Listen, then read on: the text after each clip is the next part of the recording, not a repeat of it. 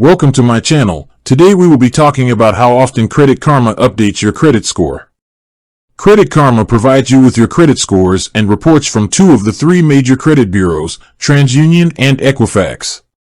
While they are a great way to monitor your credit, it's important to understand how often the information is updated.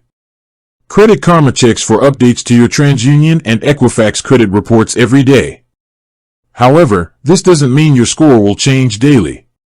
The scores are based on the information in your credit reports, and that information only changes when your creditors report new activity to the bureaus. Most creditors and lenders report to the credit bureaus about once a month, typically at the end of your billing cycle.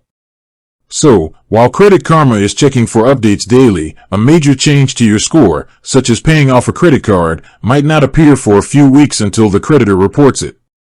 So, in short, Credit Karma is checking for updates daily, but your credit score will only change when new information is reported by your lenders to the credit bureaus, which usually happens once a month.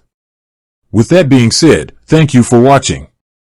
For more finance videos, kindly check my page.